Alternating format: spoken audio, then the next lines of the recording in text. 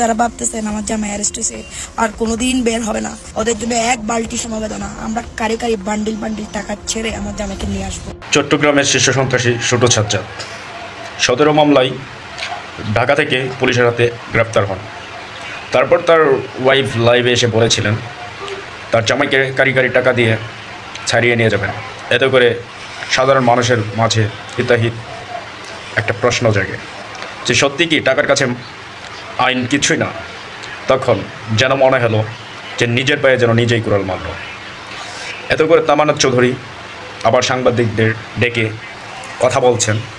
তো দেখুন আপনারা সে কী বলছে এবং কী অভিযোগ করছে, তার জামাইকে বাঁচানোর জন্য কী পদক্ষেপ নিচ্ছে। তো আমার কথা হচ্ছে, আমার স্বামী অপরাধী, আমাকে জিজ্ঞাসাবাদ করতেই পারেন, কিন্তু জিজ্ঞাসাবাদ না করে আপনারা আমাকে ওয়ারেন্ট ছাড়া, মামলা ছাড়া মগের মুল্লুকের মতো তুলে নিয়ে গেছেন। তুলে নিয়ে গিয়ে একদিন 2 দিন না 52 ঘন্টা আপনারা আমাকে অ্যারেস্ট করে রাখছেন। এবং আমি যে প্রেগনেন্ট ছিলাম, এই যে 17 উইক 4 মাস রিপোর্টে আছে। আমার বেবিটা কোথায় গেল? আমার বেবিটা আমার সন্তান আমি চাই। আপনারা কোটি টাকা দিলেও আমি আমার সন্তান চাই। এখানে তামান্না চৌধুরী যে অভিযোগটা করেছেন, যে বলেছেন যে আমার জামাই অপরাধী, আমার জামাই সন্ত্রাসী, তাহলে পুলিশ কেন আমাকে গ্রেপ্তার করে নিয়ে গেল? কোনো ওয়ার্নিং ছাড়াই কেন আমাকে গ্রেপ্তার করে নিয়ে গেল? এবং কি আমাকে একদিন নয় 2 দিন নয় 52 ঘন্টা আমাকে জেলখানায় রেখেছিল, যার ফলে তার পেটের বাচ্চা 3 মাসের বাচ্চা নষ্ট হয়ে গিয়েছে। এখন তামান্না চৌধুরী সাধারণ মানুষ এবং কি আদালতে বিচার দিয়েছেন।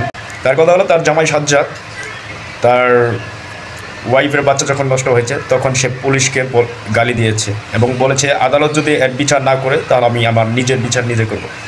এতে করে এটা বলেছে। তো তিনি এখন বলছে তামান্না চৌধুরী যে এটা রাগের মাথায় বলেছে যে তার ছেলে নষ্ট হয়েছে, যে আমি জেলখানায় গিয়েছিলাম যার ফলে আমার বেবি নষ্ট হয়েছে, এই কারণে আমার জামাই রাগের মাথায় এই কথাগুলো বলেছে। এখন তামান্না চৌধুরী তার জামাইকে সাজ্জাদ বাঁচানোর জন্য তো অনেক চেষ্টা করছে। হাজার হলো জামাই যত খারাপই হোক, জামাই তো আপনারা দেখতে পাচ্ছেন। আপনাদের মতামত জানান।